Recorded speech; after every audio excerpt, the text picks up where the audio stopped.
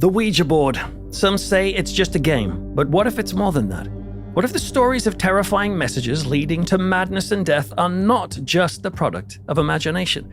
Tonight we uncover real cases straight from the newspaper archives, where a Ouija board seemed to unlock something terrible. From unexplained tragedies, eerie coincidences, to murder, are they mere accidents or something darker? Maybe you've used one. I have, many times when I was at school, and I'll tell you about some of my experiences too. Whether you believe or not, these true stories will chill you to the bone and might just make you think twice before ever touching the board again. I'm Peter Laws, and tonight we go into the fog for Ouija Unleashed. Terrifying, true Ouija board stories. When I was at school, I made a Ouija board for my woodwork project.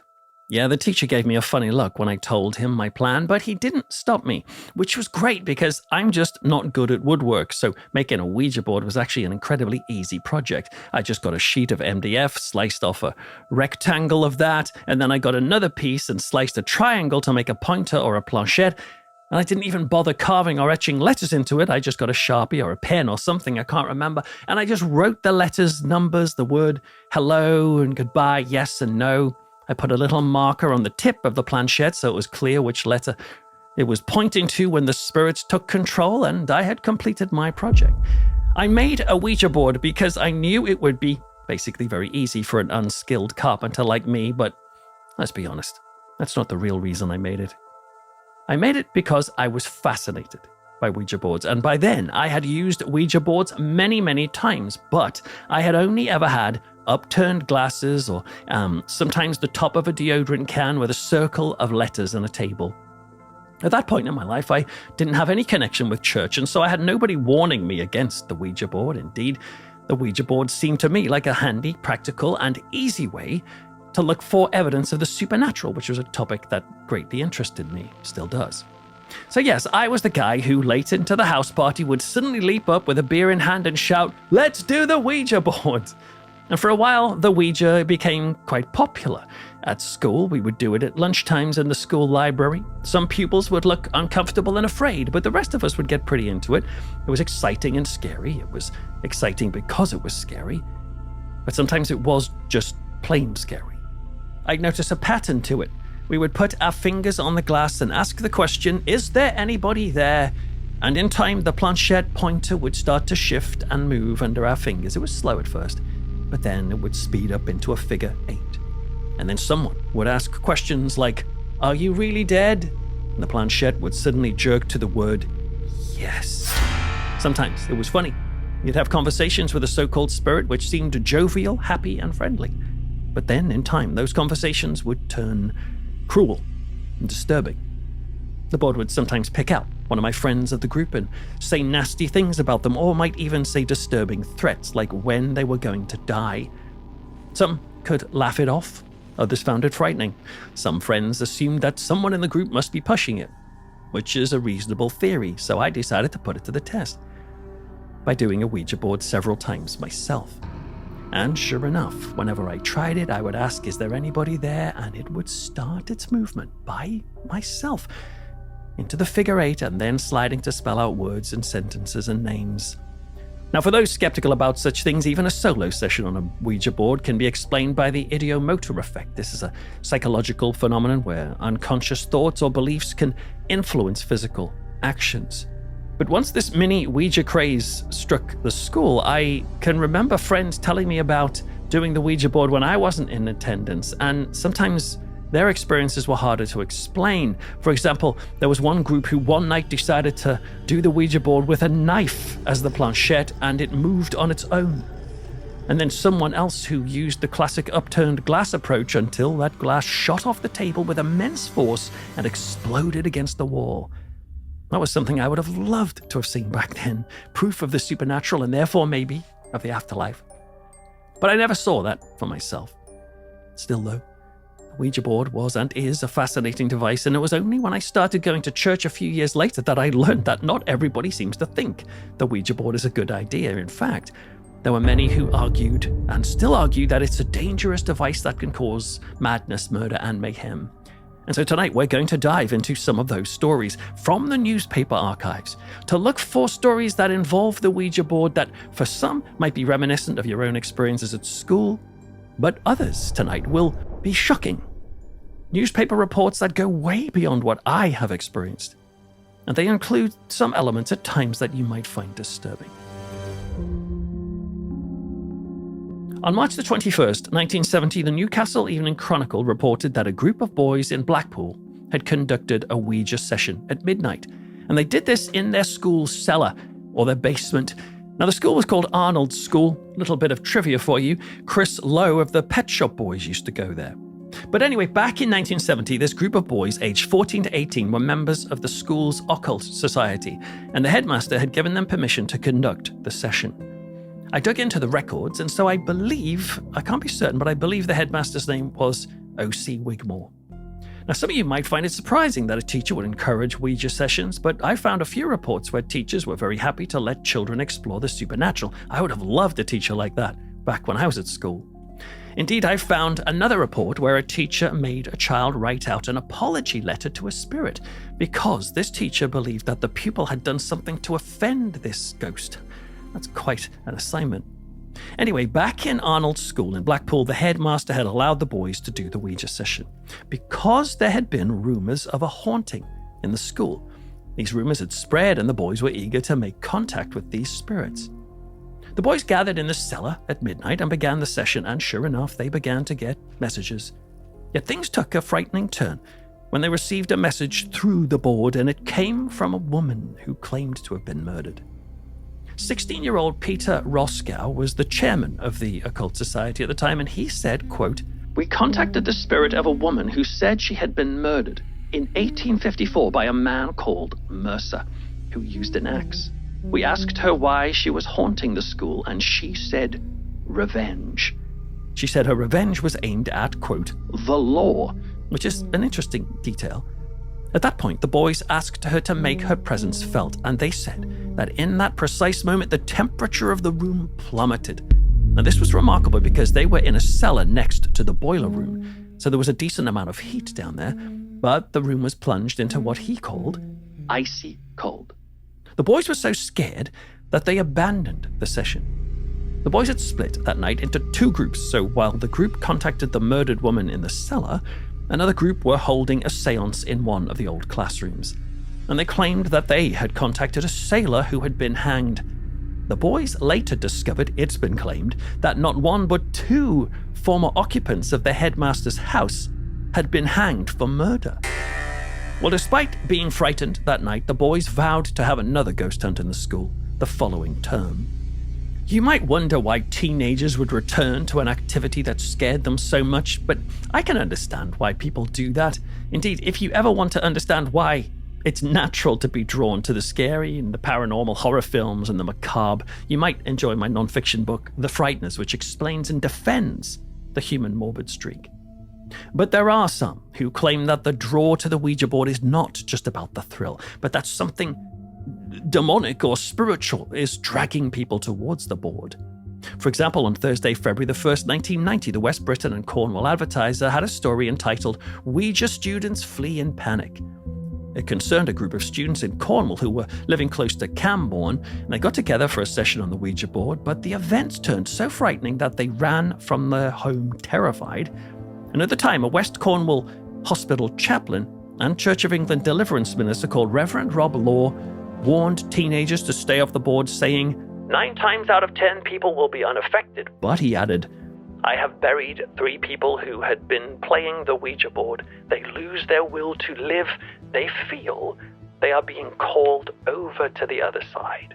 Law said he spoke to friends at these poor teenagers' funerals to ask why they had all been using this board, even though it was scary, and some of them said they didn't want to use it. They just kind of felt compelled, as if they were, quote, being pulled across the other side. Indeed, Law said that he met one boy from Helston School in the area who said he and his brother had a Ouija board session one weekend that lasted virtually 48 hours non-stop. The boy said he was frightened, but he felt unable to cease, like it was an addiction. Yet not all school kids return to another board session because they're too terrified to ever do it again under any circumstances. Like this next case from 1990.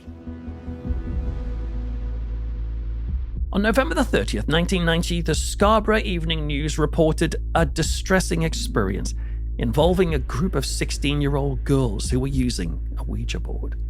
They were already freaked out when the glass started moving, but when a message came through that one of them was going to die, they turned hysterical. The session spiraled out of control, however, when one of the girls received a command from the board and it told her that she must kill. This sent the girl into complete hysteria. The school was Minsthorpe High School in South Elmshall, and after this incident, the head teacher, Jeff Allenson, called in a priest called Father George Moffat.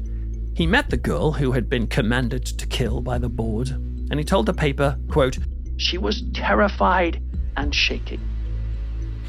Well, the girls were so badly affected that the head teacher banned Ouija boards at the school after this incident, and she indeed never wanted to use one again. In 1990, the Daily Star reported that 5 teenage pupils became terrified after playing with the board during their lunch break.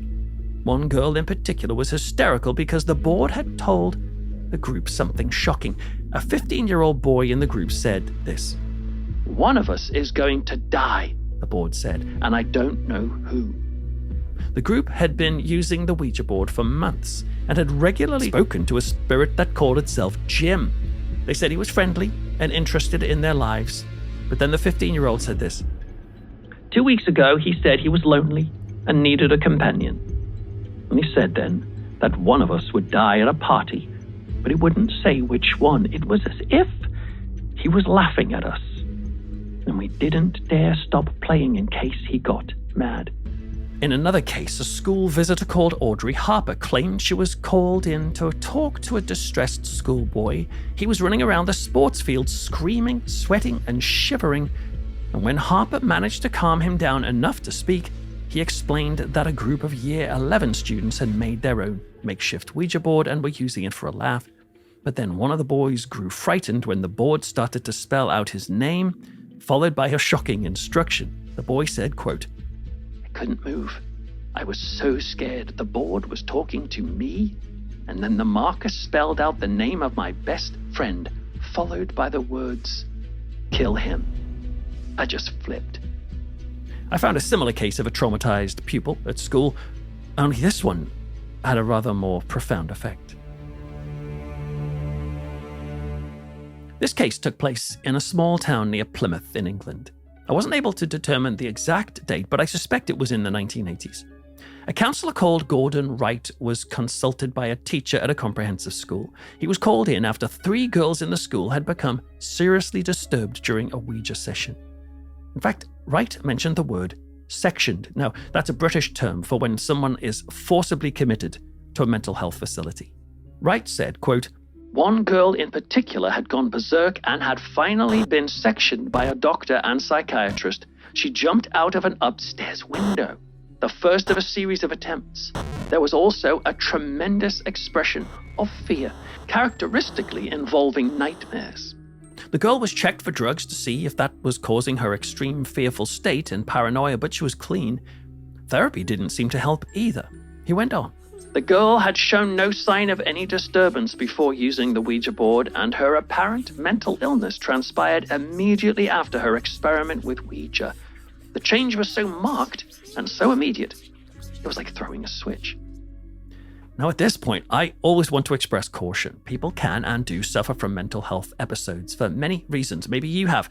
There is absolutely no shame in that.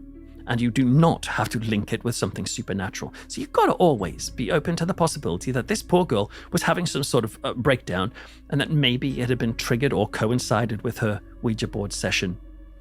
So we can't just assume that this is a perfectly mentally healthy person who suddenly got possessed by a Ouija board spirit.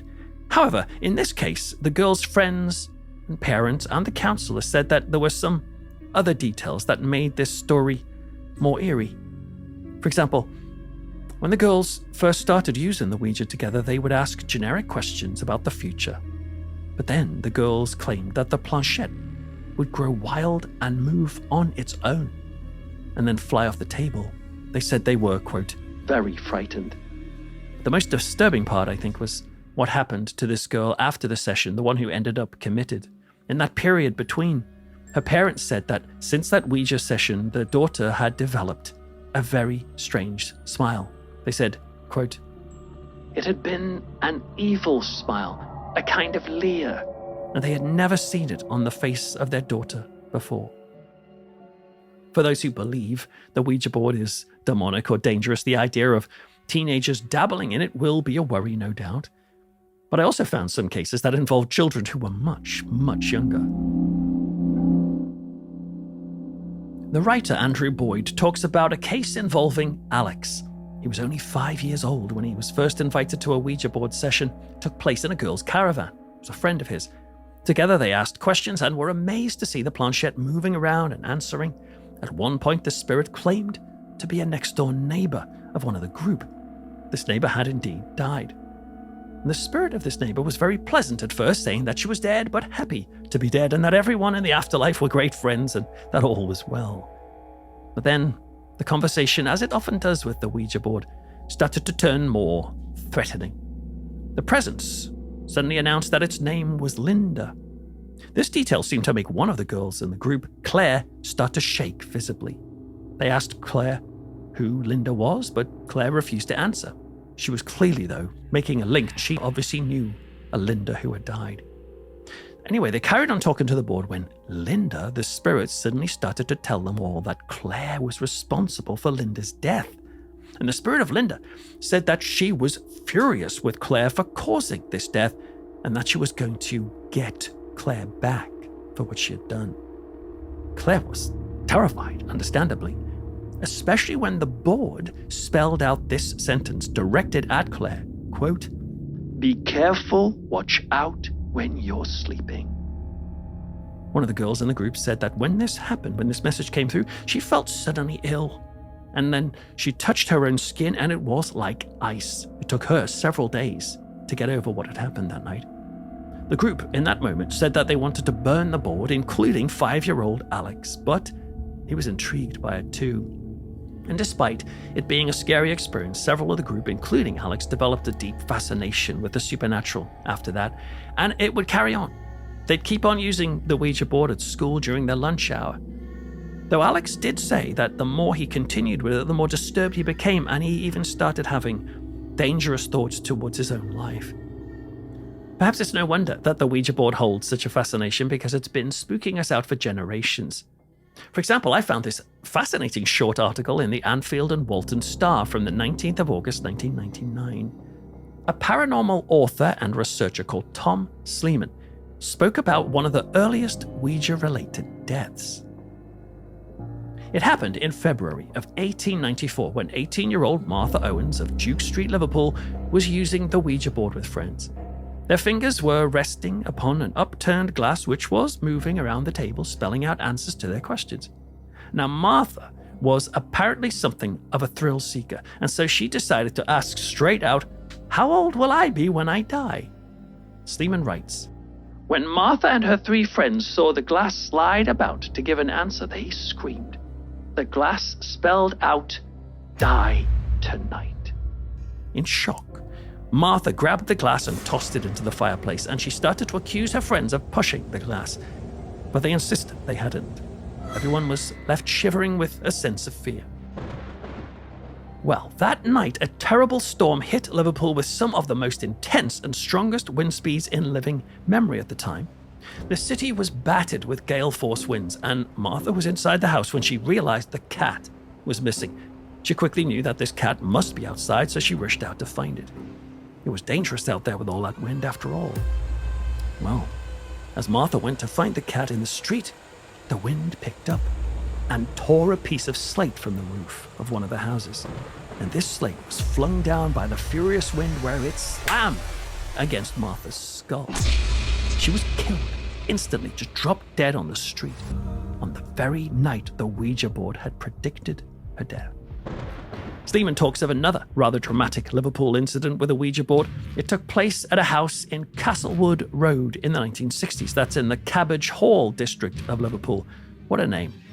A man from Ireland had died of a heart attack and was laid in a coffin in the parlour of the house for a wake. And as is the tradition with many Irish families, the casket lid was open so mourners could view the deceased. During this time, the man's wife and a few of his friends decided to sit around the coffin to talk. They lit a candle, they drank wine together, they were reminiscing about their dead friend and dead husband. At one point in the conversation, someone mentioned that the deceased man had always been interested in the supernatural, and that he had kept a Ouija board upstairs in his room. They all looked at each other, and since they'd been drinking, they figured, why not? So the widow went to the room and came back down with the Ouija board. They gathered around it and placed their fingers on the planchette, asking if the spirit of the dead husband was ready to speak. Just then, the candle in the room flickered, and the widow let out this terrible scream because they could hear it and then they could see it. The husband's coffin was starting to tremble and shake just a bit. And then it slid right off its stand and one end crashed down while the top end flipped up, and the corpse of the dead husband was thrown forward, lolling towards one of the mourners. It was like something from a horror film. And this mortifying sight caused one of the mourners to faint. And as they fell, the drop of their body put the flame of the candle out, and all four of them were plunged into darkness with this dead man hanging there in the center, and in the middle of them, the board. One of the men present was seriously affected by this night, and he ended up having something of a nervous breakdown. Why did it disturb him so much? Well, it was later discovered that at the time of the husband's death, this man had been having an affair with the dead man's wife. On the 29th of June, 1975, the Sunday Sun in Newcastle ran a story with the headline, The Phantom Strangler. The story concerned a woman called Janice Kelly, who was using the Ouija board one night in her terraced home near Croxdale. That's near Durham. More specifically, she was on Salvin Street. As she was using the board, it spelled out letters, but she was suddenly disturbed to see it spell out the words, "I'm going to strangle you." Shocking enough, yes, but then Mrs. Kelly claimed that she felt a strong pressure on her throat as if an invisible spectre had manifested from the board and was trying to kill her. Now I get it. This sort of stuff might sound ridiculous, but I do encourage you to check out another one of my episodes on a 1970s case in Hawaii. Here, a group of young women were apparently strangled by an unseen phantom, and yet this was witnessed by multiple Hawaiian police officers. Anyway, Mrs. Kelly was terrified by this incident and spoke to a local clergyman about it, and they thought it was done, but quite a while later, it was claimed that this phantom strangler had returned, but this time it came to attack a neighbor who was 2 doors down. The neighbor in question was called Mrs. Gladys Worthington, and this 40-year-old refused to stay in her home after an incident that took place at 2 a.m. She said it was a red-hot night. She was sitting there sweltering in the heat when all of a sudden she felt her toes turn cold. And then this very strange feeling crept up her body towards her throat, and then she believed that invisible hands were trying to choke her in her own home. She said that she distinctly felt the thing tightly fasten its hands, its fingers around her neck. Mrs. Worthington was so afraid that she called in a priest to exorcise the house, and she was now, according to that paper, sleeping with a crucifix on the wall and a rosary inside the pillow. Now, this happened in the 1970s, but if you know anybody who lives on Salvin Street, I would love to know if there have been any subsequent reports of the paranormal activity there, especially if it involved attacks like these. In the book Dangerous Obsessions, the author Andrew Boyd talks about a woman called Pauline who used to stage weekly Ouija board sessions just for fun. She did this week in, week out for 6 months until a message came through the board that said, "You fool, you will regret laughing. You will be ill." Within a week, Pauline then had a terrible nightmare when she was afflicted with some sort of condition. It confined her to a wheelchair in the dream. Well, when she woke up, she felt better, obviously, that it hadn't really happened. Only 1 month after that dream, she began to develop stomach pains. She went to the doctor and was diagnosed with polio. She became paralyzed from the waist down and is, just like in her dream, confined to a wheelchair. Did the spirit of the board somehow predict her future? Did it cause this illness? Or is there some natural explanation? Or is it just a made-up story? I don't know. Perhaps she was already feeling the illness of the polio, which prompted her to have a dream about being ill. You can decide what you think. But she told the Sun newspaper in 1990 that, quote, "Nothing went right for me. From that day on to this day, I constantly feel there is a cold, evil breeze around me. I've been driven out the house by it before now." I found a really startling news report in the Dalkeith Advertiser on Thursday, the 5th December, 1968. This article discussed the claims of a Jesuit father who had a unique experience with a Ouija board. One night, in the privacy of his room, he had decided to try using a Ouija board. He talked to the spirits for a while but got bored, and so he set the board aside and went to bed. But no sooner had he done that when the Ouija board apparently lifted into the air and dropped heavily onto his chest, crushing some breath out of him, as if the board was some evil, inanimate thing. He was horrified by this and managed to throw the Ouija board down onto the floor, but then, like a mad insect, it kind of scuttled up again and leapt back up and slammed right back into the same position, pushing him down. He managed to get up and open the window where he was able to throw it outside. The next morning, he found it scattered into pieces. And so clearly, the scary nature of the Ouija board has been with us through news reports, films, TV shows, so it's not a shock to find that it both terrifies and fascinates. And yet, while skeptics might quite understandably dismiss the idea of a Ouija board leaping into the air and slamming down on a vicar's chest, it does sound a bit dramatic. There are, however, real cases that lead to serious and undeniably real-world consequences, like the following chilling stories I discovered from old newspaper reports. On Friday, the 22nd of August 1986, the Belfast newsletter ran a story called Ouija Board Death Horror. It said, quote, "Ulster people have been warned of the sinister dangers of dabbling in the occult." This came after the tragic death of a teenager in Belfast. This is really sad. A schoolboy called Colin Roberts was with his friends at a party. They decided to make a Ouija board on the back of an old roll of wallpaper. They got started, seeing it only as a game, but then, at some point, the board began to say that Colin would die when he was 16. Now, I've said this before. I've seen it quite often when you use the board, that it would inevitably, at some point, start naming people and saying they were going to die, but it would often give a date or a time frame. It's quite intense when that happens to someone else, but when it happens to you, well, it can be really quite disturbing. That prophecy of death can play on your mind. Well, it played on Colin's mind because he couldn't get the idea out of his head. You see, Colin was 15, and he kept worrying about his predicted death at 16. How would he die? Would it be painful? Would it be traumatic? It just got too much. And so he decided the only option for him was to make sure he never reached 16. They found him dangling from a tree in the grounds of a Roman Catholic church in South Belfast. At the time, a lecturer in the paranormal called Sheila Sinclair warned people that playing with the Ouija board was like, quote, playing with fire. She likened it to, quote, standing in a pool of water with two bare wires in your hands. What's interesting about her is that she wasn't saying the Ouija board must never be used. Rather, she said it was only for people who understood the risks and the implications, people who knew that they didn't have to take what the board said seriously. She said the Ouija board was particularly dangerous for anyone in a depressed state. Yet those who have no clue about them can take the messages as solid truth, which can be distressing and dangerous, and can lead to cases like Colin Roberts. His case actually reminds me of two others. For example, in the 1980s, the Church of England's chief exorcist spoke about a 19-year-old girl who had been using the Ouija board with friends. She'd recently been dumped by her boyfriend and was worried that she might never find another. During the Ouija board session, she asked the question, "Will I ever find love?" And the board spelled out a rather brutal response. It said, "No man will ever love you." She was devastated, and she had died the following night by her own hand. Or what about this slightly similar case from a German writer? There's a book called Between Christ and Satan from 1970 by Koch, and it tells a rather disturbing story about a young woman who went to visit a graphologist, those being a specialist who analyzes people's personality by studying their handwriting. Well, maybe this woman went along thinking it was going to be a Myers-Briggs type thing, find out what her personality was like. Was she confident? Was she shy?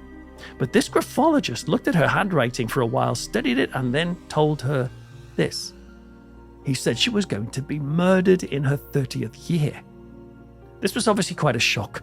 So in response to this idea that she was going to die young, she decided to live life to the absolute max. Koch claims that she became a prostitute, and he suggests that she wouldn't have been choosing such a life if she hadn't been convinced of her own murder at 30. In her early 20s, however, she developed ulcerative colitis, which is an inflammation of the lower end of the digestive system. The condition can be treated, but in very rare cases it's fatal, as it was in this case, and the woman died at the age of 24. Her doctor declared that it was her lifestyle that killed her. In other words, the graphologist had been wrong about the curse of her being murdered at 30, but ironically, the curse still proved to be effective in the sense of her belief in it. Just as Colin believed he would die at 16, so he made sure he didn't get there. So was the spirit of the Ouija board lying about his death at 16? Was it mistaken?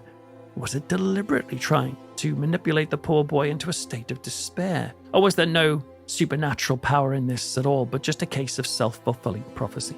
And of course, we never know if the actual predicted catastrophe would have happened anyway. Colin never reached 16. The young woman never reached 30. And the girl never found true love. If they had waited, might the time have passed and they would have gradually shaken off the predictions as a silly superstition? Could the power of the Ouija board be in its ability to get us to scare ourselves? Indeed, I've heard of people who have used the Ouija board alongside automatic writing. This is a technique that developed out of spiritualism, where someone holds a pen or a pencil and starts writing something in a trance-like state. The idea is they don't know what they are writing and that the spirits might be writing through them or to them. I wonder when this was, because I ended up getting a haircut like that. Interesting. Okay, here's some more automatic writing. This is when I was working with a pencil. Okay, what does it say? Break off, why help? I remember doing the Ouija board once when my family went on holiday. I was with them. I think we were at Pontins holiday camp. And my family went out to see a Tina Turner tribute act or something, but I decided to stay in the chalet for a while and try the Ouija board alone. And yes, it was moving and spelling out messages. I can't recall what it said. I guess it wasn't that disturbing, but think about that moment. Think about that idea. People finding themselves writing frightening messages by automatic writing or on the Ouija board themselves. How freaky. Imagine if you find yourself writing messages, horrible, offensive, disturbing threats to yourself. Are those threats coming from the spirit? Or is it coming from your own subconscious? To be honest, either one of those options is pretty damn disturbing. So while I'm not the type to assume the Ouija board is always filled with demonic power, I do think it's possible that in some circumstances, it might exacerbate those who are prone to be psychologically fractured, that they start to communicate with themselves. In the cases we've just talked about, the Ouija board has caused people to bring harm upon themselves. But there are cases where the board has been cited in harm to others, even murder. You know, sometimes Ouija boards crop up in the most unexpected places, like during a court case. Yeah, in 1994, an English insurance broker called Stephen Young was found guilty of the murder of Harry and Nicola Fuller. Young had entered their home and shot Nicola 3 times and Harry once in the back at close range. Young was found guilty after a 5-week jury trial, but 1 month after the trial had finished, the News of the World announced a pretty unexpected twist. The jury in the case had used a Ouija board to consult the spirit of the victim in the case. It happened at the Old Ship Hotel in Brighton, where the jurors were staying. 4 of the jurors were up late and they'd been drinking, when one of them suggested that they ought to try contacting the victim. Perhaps that would give them some insight into the murder of Harry Fuller and his wife Nicola. And so they huddled together on the floor around a crude, homemade Ouija board of letters written on scraps of paper and apparently an upturned hotel room wine glass. They put their fingers on top of the glass and asked if there was anybody there. The glass started to move. One of the jurors, a man called Ray, took charge of the conversation and he began to address the spirit, asking who it was. The spirit spelled out the name, Harry Fuller, the victim who was shot in the back. Ray asked, "Who killed you?" And the glass spelled out, "Stephen Young done it." Ray asked how, and the board said, "S-H-O-T, shot." The 4 jurors were disturbed and upset by this point, and they asked the spirit of the glass what they ought to do with this information, and the glass spelled out 3 words: "Vote guilty tomorrow." Some of the jurors broke down in tears at this point, feeling that they had gone too far. They discussed this and agreed. They'd go to bed and not tell anybody what they had done. It would be their secret. But, of course, the secret eventually came out. When the father of the female victim, Nicola Fuller, heard about the Ouija jurors, he was furious and said that they had made a complete joke of our daughter's death. And yet other people were not so sure that this was purely about fun. A law professor called Jeremy Gans wrote an interesting book on this case and said that the trial was so intense and the jury was so affected by it, including having to listen to horrendous 999 calls, that it was actually a disturbing case to listen to. Indeed, this was a second jury who was on this case because the previous jury had found it too difficult to deal with. The author was convinced that maybe this Ouija board session was their way of coping with what they were hearing. Well, once the news was out that 4 jurors had consulted the victim's spirit before making their decision, this verdict was quashed. And so Stephen Young had to stand trial again with a third jury.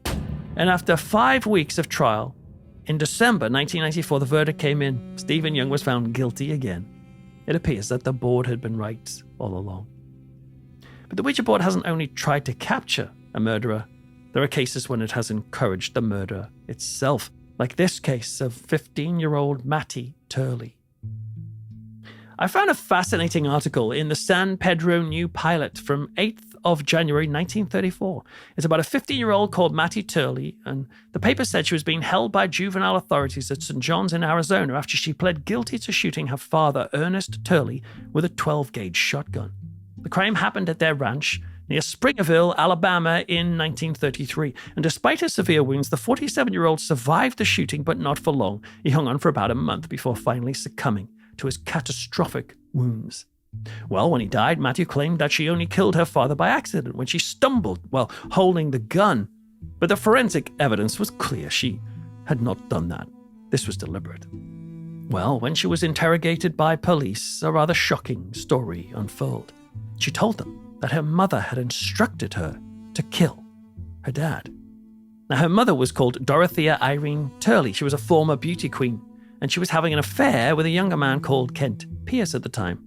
But the mother had instructed the daughter to kill because the Ouija board told them to do it.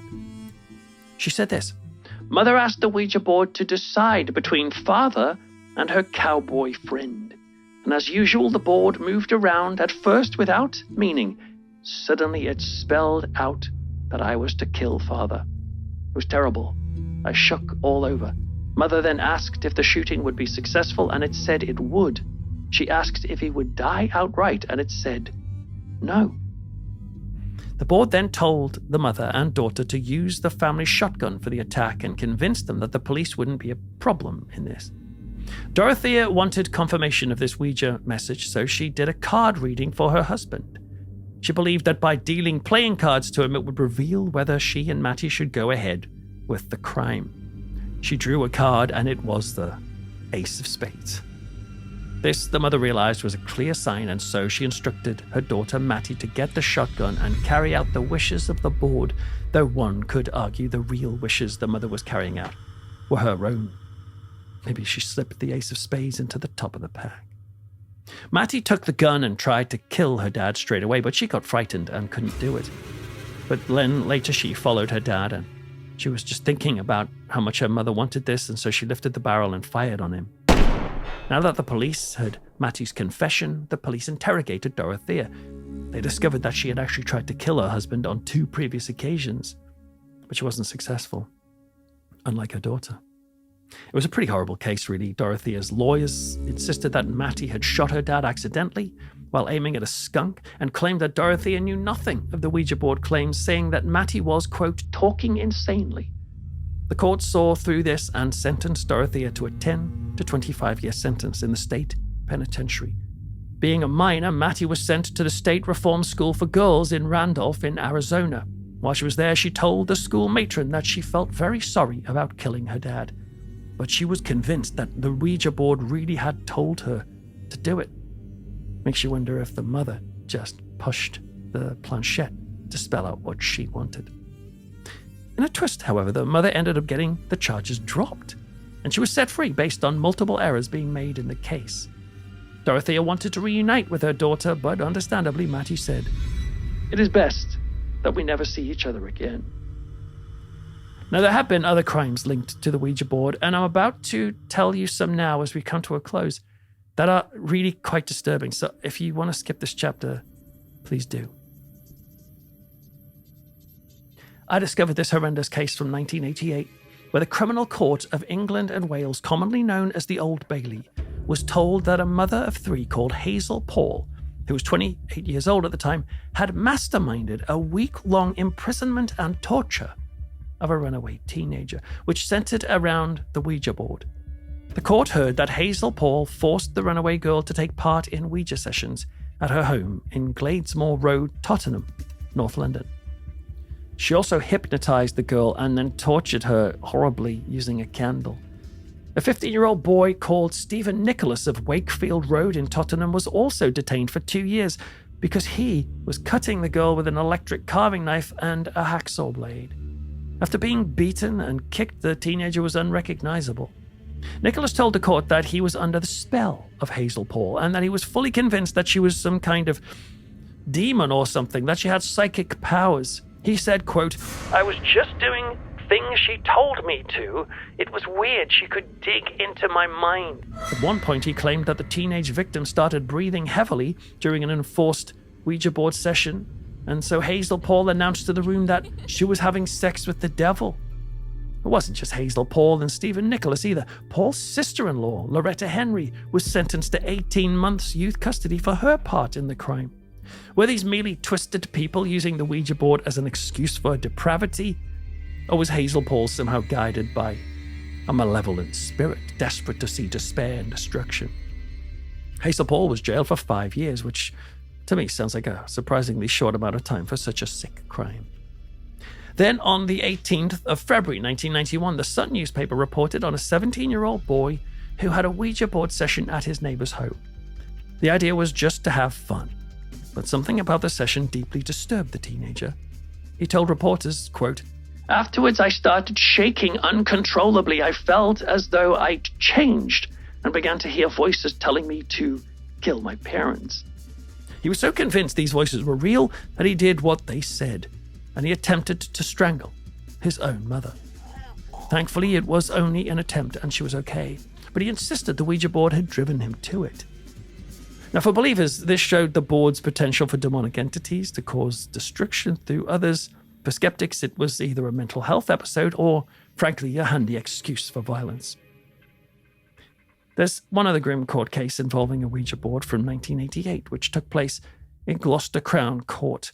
I found this story in the Western Daily Press from 2 years earlier in 1986. A 29-year-old mother called Lynn Loffrey had a history of instability, but this seemed to have been made worse by the Ouija board sessions she kept doing with her mother.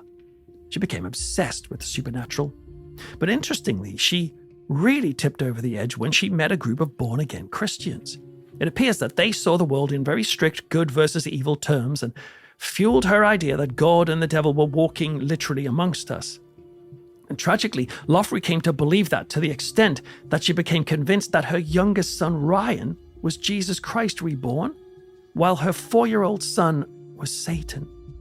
She came to believe that it was her sacred duty to kill Ben, then herself, and that this would somehow save the reborn Jesus in Ryan.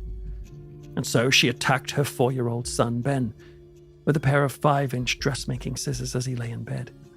She stabbed him in the back. Amazingly, Ben managed to survive this. In fact, he didn't have major injuries at all from the attack, but clearly this was a horrendous experience. What's interesting about this case, and others like it, is that I have seen it crop up in books about the dangers of the Ouija board, saying that the devil or some sort of demon clearly drove the mother to do it. I don't know, maybe. It's quite possible. But these books may not recognize the potential part the Christians played in this, with their insistence that the devil was lurking everywhere, ready to pounce on her. It's a reminder that anything can trigger someone if they're in a serious state of mental instability. The psychiatrist in this case said that Lynn Loffrey was probably suffering from, quote, a strange form of postnatal depression. Now, clearly the Ouija board has been a feature of a surprising amount of disturbing and shocking real-life news stories, some of which have led to serious crime or even loss of life. But the question I invite you to ponder in the comments below is this. Is the Ouija board itself to blame? I.e., is there really an evil spirit behind the board making these horrible crimes happen? Maybe. Or is it the fear of the board or the investment of belief into what the board says that causes humans to do terrible things? Is the Ouija board just a handy target to blame for crimes, in the same way as youth violence is sometimes blamed on violent video games? Another subject I explore in my book, The Frighteners. As for me, despite me doing the Ouija board many, many times as a teenager, I haven't done it since I became a Christian in my early 20s. That's not because I'm one of those evangelical types who insists that the devil must be waiting to pounce out of every Ouija board session or, a Halloween party or horror film. Indeed, I've written articles about the history of the Ouija board and how it evolved from being seen as a strange board game to a doorway to the demonic, possibly because of its portrayal in the smash hit film The Exorcist from the 1970s. Indeed, I've noticed a pattern with some of the news reports where school teens were using the Ouija board, but the commentary about it was coming from local evangelicals and spiritualists who were saying how traumatized and terrified the teens were.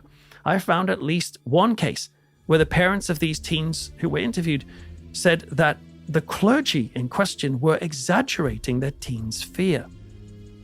So we do have to be balanced, but having said all of that, I still keep hearing stories of hauntings and frightening paranormal activity and perhaps even mental collapse, which can be linked to insistent use of the Ouija board. And as fun as Ouija can be, they can also create some genuinely dangerous and disturbing scenarios. Remember the Ouija board I said I made in Woodwork at school? Well, I used that with my friends for about a week or so. But then I remember us getting in contact with someone who claimed to be a centuries-old witch, and she was saying that we were going to die horribly. I'd heard such things before during Ouija sessions, but there was something about it this time that it tipped over into genuinely scary. So I took the board back into school soon after, and I pushed it through the blades of an industrial saw. I threw that thing away. And since my early 20s, I have never done a Ouija board again. Some will say that's wise. Some will say it's silly and superstitious. But regardless, there can be a risk of psychological damage, of being told that you will die on a specific date. Some people will laugh it off fine. Others will find it debilitating and scary. And the thought of using a board yourself, like I did, listening to messages that either come from a spirit or from yourself, even though you're not conscious of writing those messages, well, that does seem potentially risky for certain people to engage in, whether it's supernatural or not. I don't know. But the question you need to discuss below is simply this. Is the danger in our response to the board? Or is there actually a spiritual, maybe even demonic force waiting to spring out of the board? It makes for a fascinating discussion, and I'd love you to explore this together respectfully, including perhaps sharing your stories of Ouija board encounters. But until then, I'm Peter Laws, and you have been listening to Ouija Unleashed. Terrifying true Ouija board stories from the newspaper archives.